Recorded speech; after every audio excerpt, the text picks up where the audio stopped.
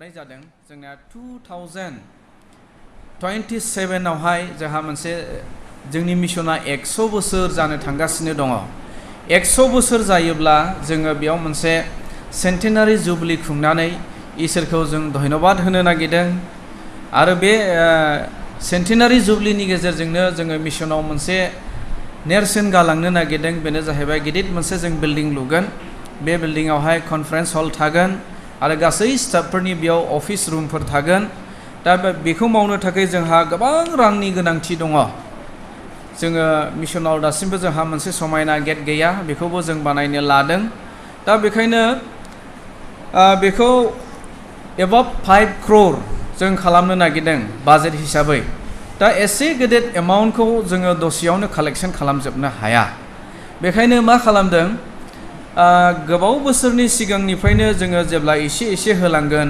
बे फैसाफ्रा गोबां जाहैगोन होननानै जोङो बेखौ एडभान्स कालेक्सन खालामनाय जादों बेखायनो बे कालेक्सननि माखासे गाइडलाइनफोर बायदि बेबायदि खालामनाय जादों जोङो मिशननिफ्राय गांसे प्लेस कार्ड जोङो साफायनाय जादों बे प्लेस कार्डआ जाहैबाय जाय व्यक्तिया बियो साखरियावला जानो हागौ बियो सासे बिजनेसमेन जानो हागौ कन्ट्रेक्टर जानो हागौ बिथाङा आं मान्थलि बोसोराव 5,000 होगोन 10,000 होगोन 20,000 होगोन बेखौ प्रमिस खालामनांगौ बेखौ प्रमिस खालामोब्ला हल इयाराव बे मोनसेल' बे इनस्टलमेन्टखौ हरनो गोनां जागोन एबा बे मोनसेल' एमाउन्टखौ हरनो गोनां जागोन बे सेन्टेनारिखौ लोब्बा लाखिनानै जाय आउटलाइन सुजुगिरि बिथाङा गांसे जोंनो आउटलाइन सुजुनानै होदों बेनो जाहैबाय इसोरा जोंखौ एसेबां अनबाय जोंखौ दुखियानिफ्राय जोंखौ मुक्ति खालामबाय बिनि अननायजों जोङो दिनै मोजां देहा मोनबाय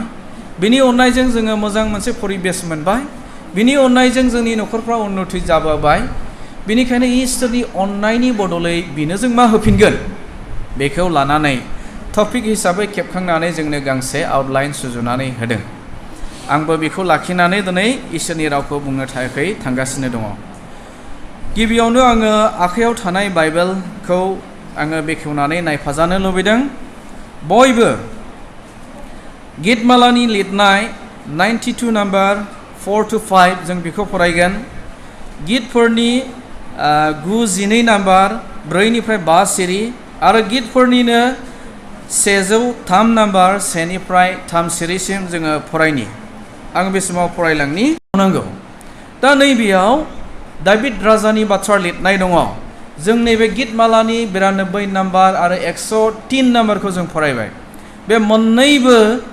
रेफारेन्सखौ किं दाबिद राजाया बेखौ लिरदों बियो बुंदों फोरबोखौ जों सानफ्रोमबो बाख्नायनांगौ बिनि राहा होनायनि गेजेरजोंसो दिनै आङो गेदेर मानसि जाबाय राजा जानो मोनबाय आरो आङो जि समाव आङो सासे बोरमा मेन्दा गुमग्रा मानसिमोन आहा जेबोआनो गैयामोन बेबायदि अबस्थानिफ्राय आंखौ दिनै गेदेर मानसि खालामबाय आं इसोरनि अननायखौ बिनि आशीर्बाद होनायखौ सानब्लाबो साननानै फोजोबनो हाया बिनि राहा होनायफ्रा सोमोनांथावथाव बेखायनो आङो इसोरखौ हामबाय होननो गोनां दङ बे इसोरनि राहा होनायफोरखौ माब्लाबाबो बावगारनो नाङा जों धन्यबाद होनो गोनां दङ होननानै मोनसे गेदेर फिलिंस गोसोआव साननाय दाबिद राजानि गोसोआव बे जाखांफैदोंमोन दा बेनिखायनो दाबिद राजानि जिबनाव इसोरा मा मा खामानिखौ मावदोंमोन जों बेखौ मोनसेनि उनाव मोनसे जोङो नायलांनो थाखाय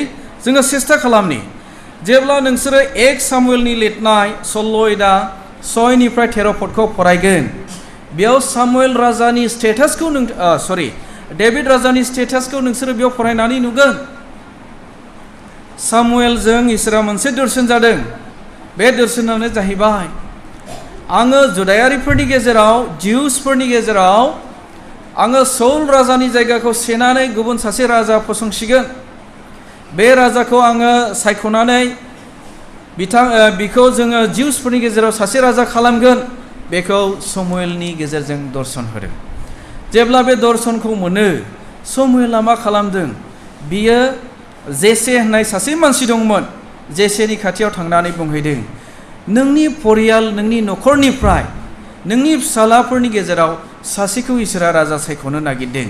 बेनिखायनो बे राजा अभिषेक खालामनायनि राजा सायख'नायनि मोनसे प्रग्रामखौ नोंनि न'आवनो मावनांगौ। नोङो बलिदान होनो थाखाय गोबां बुस्थुफोर लाबोदो, दुना सावफुंनो थाखाय बेबस्था खालामदो। गथै बे बुस्थुखौ जेब्ला खालामजोबदों, जेसेहा गासै 7 जन फिसालाफोर दंमोन, जेब्ला 7 नाम्बार दुइसिन गथ'खौ लाबोदों, लाबोनायनि सिगां समयला सोंदों, नोंहा आरोबाव फिसाज्ला दंबावो नामा? औ, आंहा सासे फिसाज्ला दंबावो। बियो मा मावो? बियो बोरमा गुमगासिनो दङ, फोथारावसो दङ। आं सान्दों बियो राजानि थाखाय जयगथा नङा, बेखायनो आं बिखौ लिंहरनाय जायाखै। अब्ला नोङो बेखौ लिंनानै लाबो।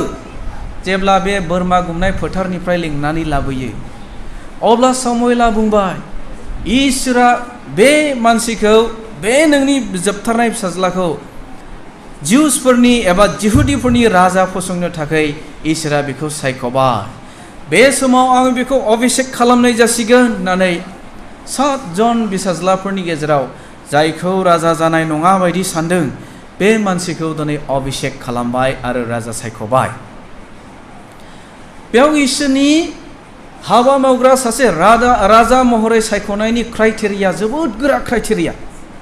जों मानसिया जेरैबायदि नोजोर होयो, इसोरा बिदि नोजोर होआखै। इसोरनि नोजोरानो जाहैबाय एकदम बे गोसो इसिंनि अन्तरखौ बि नायदों। बियो माबायदि खोथा रायलायो, बियो मानिनो हाग्रा मानसि नंगौना नङा, बोसोन लानो हाग्रा मानसि नंगौना नङा, बेखौ नायदों। अब्ला इसोरनि गावनि हाबा मावग्रा मानसि सायख'नायनि क्राइटेरियानो जोंनि क्राइटेरियाजों बे एखे नङा, बे टटेलि डिफारेन्ट। माब्लाबा जोंनि गिर्जाफ्राव लिडार सायख'नायाथ' महर मोखांखौ नायनानैबो जायो, नंगौना नङा ना? मिशनफ्राव जेब्ला लिडार सायख'यो, माब्लाबा जोंनियाबो बिदिनो बायदि रोखोमखौ जों नायनानै सायख'यो। नाथाय इसोरनि सायख'नाया बहुद बेलेग। जायखौ जोङो लिडाराखौनो जानाय नङा बायदि साननानै लादोंमोन, राजा जानो जयगथा नङा बायदि सानदोंमोन, बेसो इसोरनि नोजोराव सासे हामजाजाथाव, गनायजाथाव दिनै राजा जाबाय। जों नायलांनि इसोरा डेभिड राजाखौ मा ग्राउन्डआव बेखौ राजा हिसाबै सायख'खो। जायहा बोरमा लावखारसोमोन, बोरमा लावखारखौ दिनै इसोरा सायख'बाय। जोङो जेब्ला नायगोन, प्रथमावनो बुंदों जाहैबाय, इसोरा जिबायदि नोजोर होयो, बे नोजोर होनाया मानसिनिजों एखे नङा। मानसिया गोसो सिंनि साफा नंगौ नङा बेखौ नाया, सेहेराफोरखौ नायनानै लिडार सायख'यो। नाथाय इसोरा हले बिनि गोसो इसिंखौसो नाहरग्रोयो होनना बुंदों। अब्ला दाभिद राजानि गोसोआ बियो साफामोन, बिहा मैला गोसो साननाय गैयामोन, बियो इसोरखौ गिग्रामोन, बियो मानिग्रामोन। बेखायनो बेखौ बोरमा लावखारखौब्लाबो राजा खालामदों। आरो जोङो सेकेन्ड पइन्टआव जों जेब्ला नायगोन, बियो जोङो जेब्ला नायो साउल राजाखौ मानो इजराइलारिफोरनि राजानिफ्राय बोख्लायदों, खारना बेनो जाहैबाय साउल राजाया इसोरनि बोसोनखौ खोनासङाखै, बे अख्रा खामानि मावदों।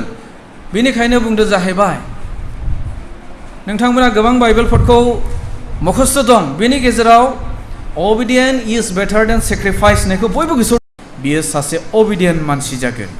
बे obedient मानसि जागोनखाय आं बिखौ राजा फसंनोसै होननानै बियो राजा फसंजादों। अब्ला नैबे क्राइटेरियानिफ्राय जों मोनथिनो मोनो जाहैबाय, इसोरनि सेलेक्शना मानसिनि सेलेक्शन बायदि नङा। बिनो नांगौ जाहैबाय इसोरनि बोसोन मानिग्रा, बिनो नांगौ गोसोआ साफा गोनां, बिनो नांगौ जाहैबाय गुबुनफोरजों गोरोबलायनानै मिलायलायनानै थानो हानाय। नैबे क्राइटेरियाजों इसोरा लिडार सायख'नायाव गोबां रायतफोरनि गेजेराव नागिरै सासे बोरमा गुमग्रा लावखारखौसो राजानि थाखाय जयगथा मोनदों। अब्ला जों बेनिफ्राय मोनथिनो मोनो जाहैबाय, सासे दाभिद राजाया निहात गैथारि अबस्थानि मानसिमोन। माहाजोन मानसियाथ' रावबो बोरमा मेन्दा गुमाना, लावखारबो जाया, अबस्थायानो गैखाथारा। बेबायदि निहात मानसिखौ दिनै इसोरा मा खालामबाय, राजा सायख'बाय। राजा सायख'नानै बिखौ मा खालामबाय, गोबां सम्पतिनि बिगोमा खालामदों। बेनाव गोबां धोन दौलत दङमोन, गोबां बेनाव सान्थ्रिफोर दङमोन। बेबायदि एसे गेदेर एक्टियार गोनां पावारफुल मानसि, इसोरा डेभिड राजाखौ खालामदों जाय मानसिया बाय स्टेटास हिसाबै बोरमा लावखारसोमोन हाद्रिनिफ्राय बिखौ दिखोदों बेसेबांबा गोजौ राज अन्दराव बिनो मासि हगारनानै होदों दा बेखौ जों जेब्ला नायो इसोरनि आशीर्बाद होनाया बियो जोंनि गोसोखौ प्रथमावनो नागिरग्रोयो जोंनि केरेक्टारा मा बेखौ इसोरा नागिरग्रोयो जोङो इसोरनि गोबां ब्लेसिंफोरखौ लानानै जोङो मोजां बेबहार खालामनो हागोन ना हाया ना जोङो मिसइउज खालामगोन बेयो इसोरनि प्रथम नोजोर बे नोजोरजोंसो नोंथांखौबो दिनै आंखौबो नोंखौबो इसोरा आशीर्बाद होगोन बे एसे गिदिर इसोरनि सायख'जानाय इसोरनि आशीर्बादखौ मोननानै डेभिडआ मा बुंदों नोंसोरो जेब्ला से इतिहासनि लिरनाय चैप्टार 29 verse 10 to 14 बेखौ फरायगोन बेयाव मा बुंदों आं इसोरनि एसे गेदेर अननायखौ मोनबाय इसोरनि एसे गेदेर अननायखौ मोननानै आंहा बे इसोरखौ धन्यबाद होनो थाखाय गोनां दङ बेखौ फिलिं खालामदों बियो जोङो फरायनानै नायनि बेयाव बेबायदि लिरदों से इतिहासनि लिरनाय 29:10 निफ्राय 14 बेयाव बेबायदि लिरदों नै बियो ज' जानानै रायजोफोरनि सिगाङाव दाबिद राजाया फोरबोखौ बेबायदि होननानै साबायखर होबाय जोंनि बिफा गुदि जाकबनि फोरबो इसोर नोङो अरायबो बाख्नायजाथों ओ फोरबो नोङो महान जर आरो महिमा गोनां समायनाय आरो मान गोनां सोरगो आरो पृथिबिनि दंनाय मानिया नोंनिनो नोङो राजा आरो गासैनिख्रुइबो देरसिन नोङो सासनगिरि गासै दोहोन आरो सम्पथिया नोंनिफ्राय फैयो नोङो गावनि जर आरो बोलोजों गासैखौबो सासन खालामो आरो नोङो बयखौबो महान आरो बोलोग्रा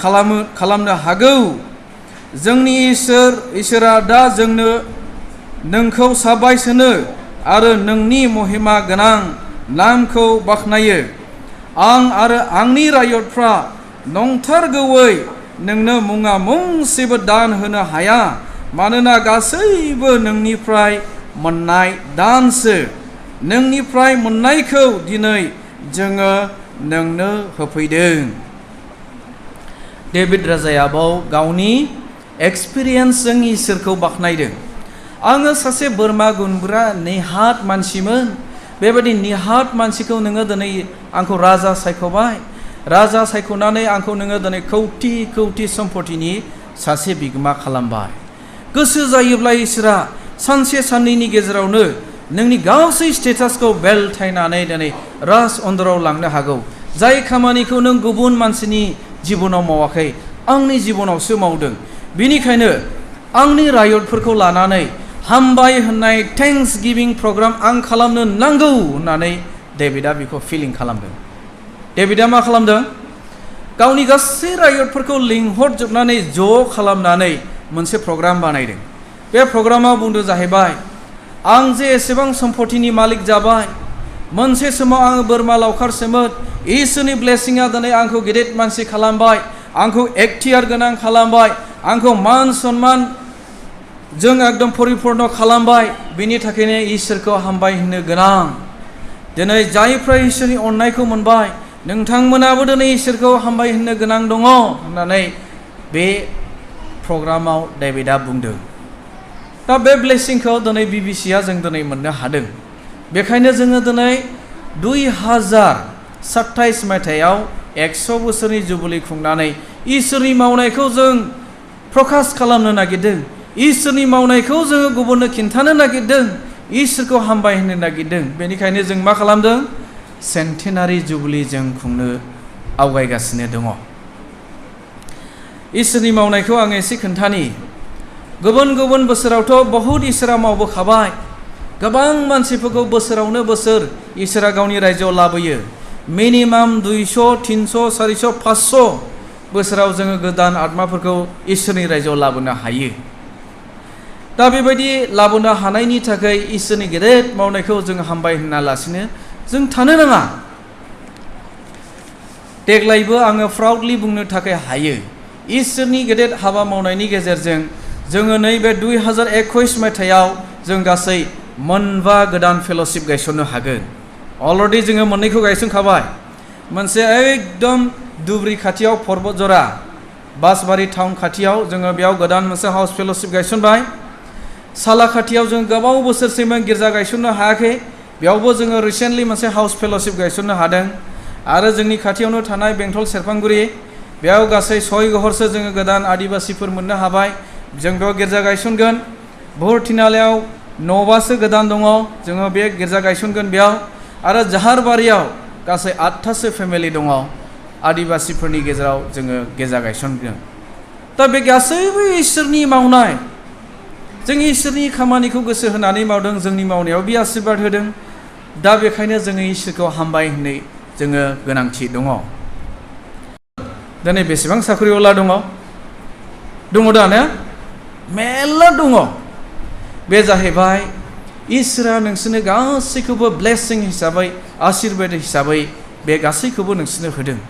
बेखायनो बे इसोरनि ब्लेसिंखौ मोननायनि थाखाय नोंसोरहाबो इसोरखौ धन्यबाद होनो गोनां दङ। बे सेन्टेनारि जुबलिखौ नोंसोर मोनसे मिनिस्ट्रि हिसाबै साननांगोन दे।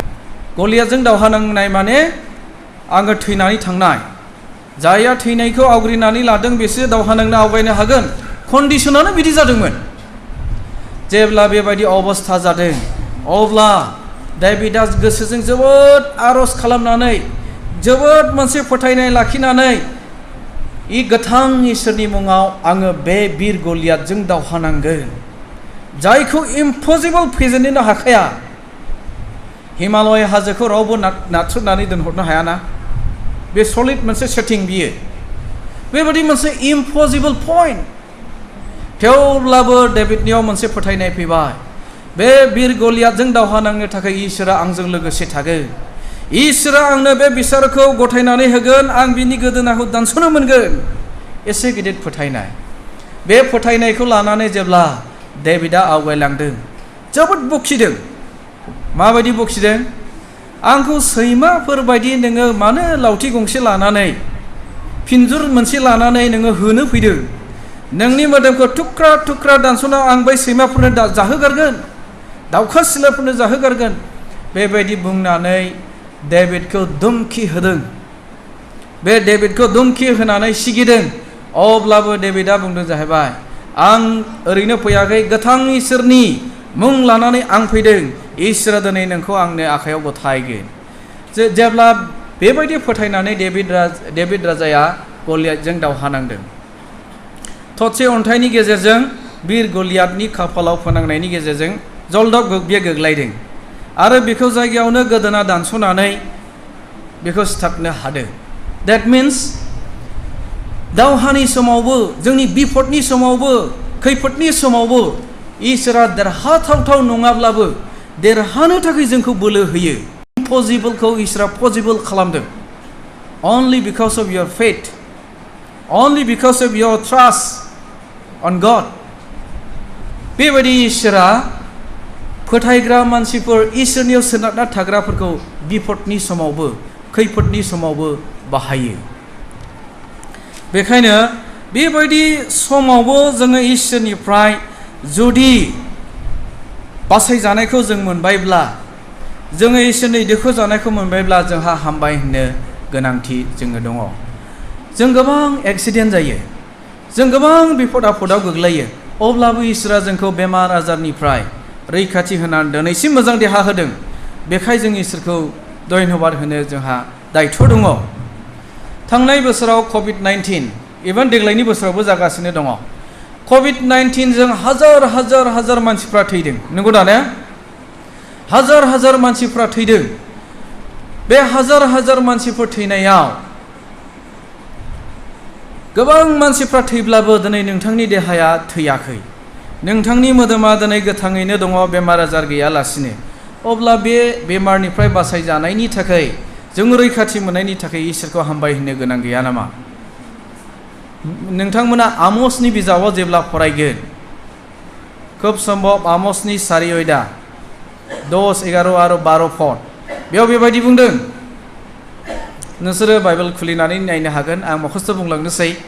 इसोरनि बायख'आ बेयाव बेबायदि बुंदों इजराइलारिफ्रा इसोरनि गाज्रि हाबा मावनायनि थाखाय पाप मावनायनि थाखाय इसोरनि साजाय होनाया बिसोरनियाव बेबायदि फैगोन होननानै बुंदों बिसोरो मा खालामगोन हाजार हाजार मानसिफ्रा मरण बेमारजों थैब्रुनलांजोबगोन बिसोरनि स' गोथै सह'फ्रा लामायाव गारलाबायजागोन बेखौ दाउखा सिलाफ्रा जालांगारगोन अब्लाबो बिसोरखौ जोथोन लानो थाखाय सासेबो मानसि गैया बेबायदि लिरनाय दं कभिडनाव थैनाय मानसिफोरखौ नोंसोर माबायदि नुदों रावबो कफिनाव सोहैनो मानसिबो गैया रावबो मानसिफ्रा बेखौ हाखर जावना फबहैनो थाखायबो गैया फिउनेरेल सार्भिस खालामनो थाखाय सरकारानो बन्द खालामबाय नालाय आरो जुदि बन्द खालामाब्लाबो बे डेड बडिखौ दांनानै फबनो थाखाय रावबो साहसबो जाखानाय नङा बेखायनो मा खालामदों गुबुन गुबुन कान्ट्रिफ्राव JCBफोरजों हा जावदों डेड बडिफोरखौ मेसिनजों दोनहरदों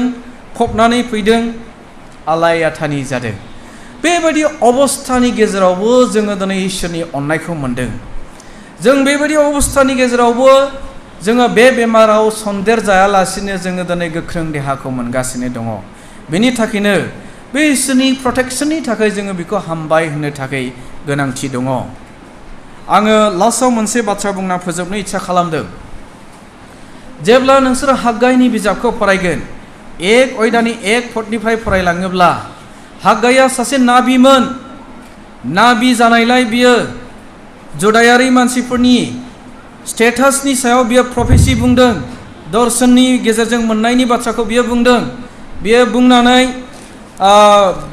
जुदायारि मानसिफोरखौ दारियुस राजानिफ्राय बियो मुक्ति होनो नागिरदों हाग्गायनि मेसेजखौ एक्सप्लेन खालामनि हाग्गाया सासे प्रफेट बियो नाबि जुदायारिफ्रा जेब्ला बिसोरो नबुकदनेस्सरनि उनाव बाबिलनि राजाया दारियुस राजा जादोंमोन दारियुस राजाया सासे आनगडलि राजा गोथां इसोरखौबो सिनायाखै गोथां इसोरखौ सिनायैनि थाखायनो बियो बायदिसिना देब देबता बि खुलुमो मुर्तिफोर खुलुमो दंफांफोरखौ फोथायो अन्थाइफोरखौ फोथायो बेबायदि राजानि बन्दियाव जिहुदिफ्रा जुदायारिफ्रा थाहैनो गोनां जादों बन्दियाव थाहैनाय मानसिफोरखौ जोङो बान्दा आरो बान्दि बुङोना बान्दा जाबायब्ला बान्दि जाबायब्ला राजाफ्रा बिसोरखौ मा खालामोमोन अनलि जानायनि खायद'खौ होयो बिसोरनो गाननो जोमनो होयो मावनायनि एगेन्स्टआव बिसोरनो लेबार हिसाबै थाइसेबो होनाय जाया हाजिरा मुजिरा मावब्लाबो थाइसेबो बिसोर हाजिरा मोना बेखौनो बुङो जाहैबाय बन सार्भेन्ट एबा लेबार एबा बिसोरखौ स्लेब बुंनाय जायो बेबायदि स्लेब अबस्थायाव दोनहैजादों आन्थाय बे दोनहैजानाय जुदायारिफ्रा गोथां इसोरखौ सिनायो नंगौ इसोरखौ बिसोर सिनायो आरो मिन्थियो बेबायदि अबस्थाखौ नुनानै इसोरा बुंबाय आङो नोंसोरखौ दारियुस राजानि बन्दिनिफ्राय सख'नानै लाबोनोसै जेब्ला आङो नोंसोरखौ दारियुस राजानिफ्राय सख'नानै लाबोगोन आङो मोनसे मैदानाव खामिहैगोन जि हाया जोबोद हासार गोनां बेयाव नोंसोर गोबां आबाद खेथि खालामगोन बेजोंनो नोंसिनि जाथिफ्रा उन्नति जागोन नोंसोर मोजां मोजां शिक्षा लाभ खालामनो हागोन बेफार फालांगियाव नोंसोर आवगायनो हागोन बे जबानखौ जेब्ला रदाय खानानै जुदायारिफोरखौ दारियुस राजानि बन्दिनिफ्राय सख'नानै लाबोदों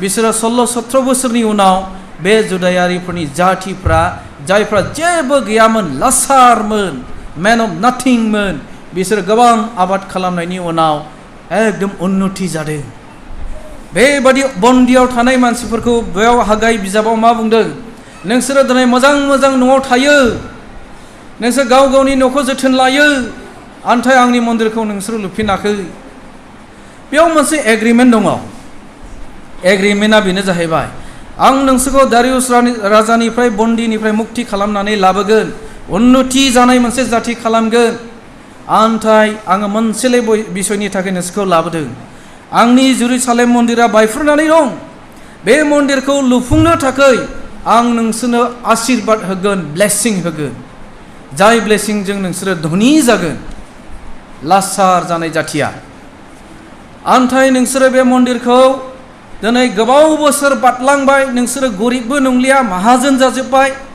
अब्लाबो दिनै नोंसोर इथा थरसेबो गाराखै दंफां थुख्रासेबो लाबोआखै नोंसोरो बे जेरुसालेम मन्दिरखौ मावजेनाखैबो बेनिखायनो इसोरा नोंसोरखौ नेयै 17 बोसोर नेबोबाय थेवबो नोंसोरनि गोसोआ गिदिङा गेदेर बिजनेसखौ दोनथ'नानै देरसिन बिजनेसाव गोसो होगासिनो दङ फिसा साख्रि मोन्दों देरसिन साख्रियाव थांनो इच्छा खालामदों नोंसोरो 10 बिगा खेथि खालामदों 20 बिगायाव गोसो होदों बेयावसो नोंसोरो बेस्थ' जाजोबदों बेखायनो इसोरनि जबानखौ लाखियैनि थाखाय इसोरजों जि एग्रिमेन्ट जानानै नोंसोरखौ बन्दीनिफ्राय लाबोनाय जादोंमोन बेखौ बावगारलांनायनि थाखाय नोंसोरनि जातिखौ दिनैनिफ्राय आं अभिशाप होनाय जासिगोन बे अभिशापा मा मिथिगौ ना ओंखाम जाब्लाबो उखै गाया डायबेटिक पेशेन्ट बायदि बे सुगार जानाय बेमारफ्राथ' थिगसे जायोना होमब्लाबो उखै गैया थाब उखैयो बिसोरहा आरो बिराद गुदुं सि गानब्लाबो गोजांगानाय मोना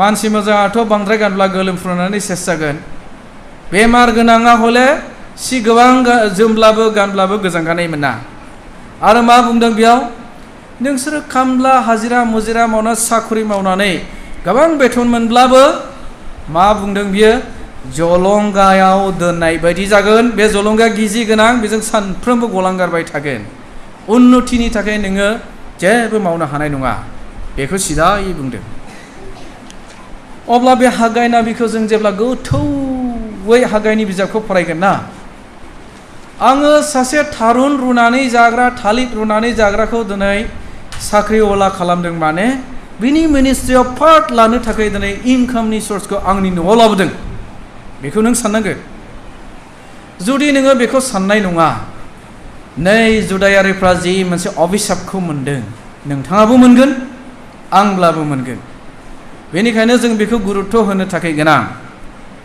बेनिखायनो जोंखौ दिनै बेबायदि थारुन रुनानै जाग्रा गोलाव लामाजों हान्थिग्रा मोनसे निहात गैजायै अबस्थानिफ्राय जोंखौ दिनै इसोरा माहाजोन खालामबाय गोबां मानसिनि न'खराव दिनै इसोरा साखरि दान होबाय गोबां मानसिखौ बिजनेसाव एक्सपार्ट खालामबाय गोबां मानसिखौ दिनै क्वालिफाइड खालामनानै गावनि रायजोआव बाहायबाय बे गासैबो इसोरनि ब्लेसिं बे इसोरनि आशीर्बादखौ जों मोननानै जोङो बिनि बिनिमय जों मा मावनांगौ जुदि जोङो बेखौ बुजियाब्ला जोंनि जिबनाबो दिनै अभिशाप गोनां जिबन जादों बेखायनो जों इसोरनि आशीर्बादखौ मोननानै बिनि बिनिमय हिसाबै होफिननानै बिनि मिनिस्ट्रियाव जों आग बाहाग लानो थाखाय इसोरा जोंनो मोनसे सेरफाला जखा सुनानै होनाय बायदि होदों हुदा बिजाबनि 16 सत्रफदखौ नोंसोर फरायोब्ला बेबायदि इसोरनि बायथ'आ बुंदों बेयाव बेबायदि लिरनाय दं इसोरा नोंसोरनो जायनो जेरैबायदि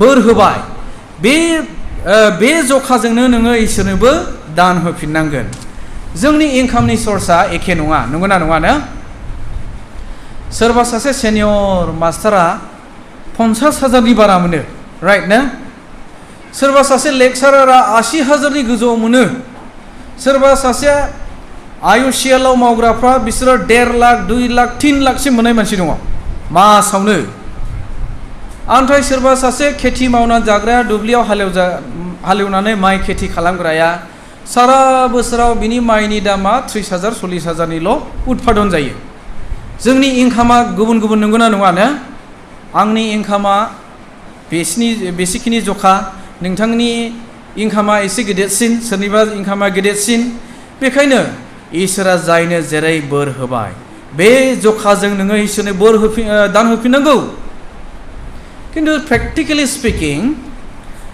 जोंनियाव मा जायो जोङो गुबुननिखौ कपि खालामलायनो मोजां मोनो बयबो मानसिफ्रा देवबारनि समाव 10 थाखा नोट होयो नालाय आंबो होबाय खिन्थु आं मासाव 20,000 मोनग्रा सासे बेक्तिया माब्रै आं 10 थाखा दान होनो हानांगौ ना मिनिमाम 20, 30, 50खौ आं होखानांगोन सासे 40,000, 50,000 मोनग्रा मास्टारा बे माब्रै 20 थाखा दान होनो मोननांगौ बिलाय बियो जुदि इसोरनि होनाय जखाखौ आशीर्बादखौ बियो बुजिदोंब्ला बियो 50 निफ्राय 100 थाखा होथारनांगोन बियो खिन्थु मा जायो जोंनिया गुबुननिखौ नायनानै होलायलायो नालाय गाव बेसेबां जखानि ब्लेसिं मोनदों जों बेखौ गोसोआव फिल खालामा बेयो जोंनि जोबोद गिदिर गोरोन्थि दै जोङो बेखौ एक्नलेज खालामनांगोन बेबायदि गोरोन्थिखौ रिपिट खालामबाय थायोब्ला खोनायैनि सिगां नोंसो मावबोबाय दिनै खोनादों नेक्स्ट टाइम आरो रिपिट दा खालाम जुदि खालामोब्ला इसोरनि देखायाव नोंथाङा गेदेर मिस्टेकखौनो मावनाय जागोन। बेखायनो बाइबेलाव बुंदों जे जखाजों नोङो इसोरनो बोर होगोन बेबायदि जखाजोंसो नोंनो होफिननाय जागोन। गासैबो अंखनि बाथ्राया बाइबेलाव हाबनानै दं। दशम बाहागनि बाथ्रायावथ' जों थाइसेबो सारेनाबो खम होनो हाया। 10 बाहागोनि फुरा फांसे बेयाव बाथ्रा लिरनाय दं। फार्स्ट फैसा खम जायोब्ला 10,000 जायो नामा? जाया दा? मेथामेटिक्सआ बिदि खोन्थादों नामा? थाइसे खम जायोब्ला 100 थाखा जाया। इसोरा बेखौ मेथामेटिक्सनि लेंगुवेजजों बुंदों फुरा 10 बाहागनि फांसे थाइसे खम नोङो होनो मोना। नाथाय बे बाथ्राखौबो जोङो फेथफुलि हल गिर्जानि मानसिफ्रा गोबाङानो मानिजोबनो हाया। बे माने इसोरा नोंथांनो जि ब्लेसिं होबाय, आशीर्बाद होबाय, बे आशीर्बादखौ नोङो आं बिदि मोनबाय होननानै नोङो एक्नलेज खालामनो हायाखै आरो बेखौ धन्यबाद नोङो होफिननो हायाखै। अनलि खुगाजों बुंनाय जों बाइबेलाव नुवाखै। बाइबेलाव आशीर्बाद मोननाय मानसिफ्रा दान होग्रोनानै इसोरखौ हामबाय होननानै बुंदों। बेखायनो जोङो खुगाजों हामबाय होननायजों लोगोसे जोंनि मोननाय ब्लेसिंखौबो जोङो एक्नलेज खालामनि, जाहाथे इसोरनि मुङा जोंनि दान होनायजोंबो बाख्नाय जायो। आं दिनै इसोरनि बाक्यखौ बेसेखिनि बुंनानै दोनथ'नो इच्छा खालामबाय। इसोरा बयनिबो सायाव गिदिर आशीर्बाद होथोंसै।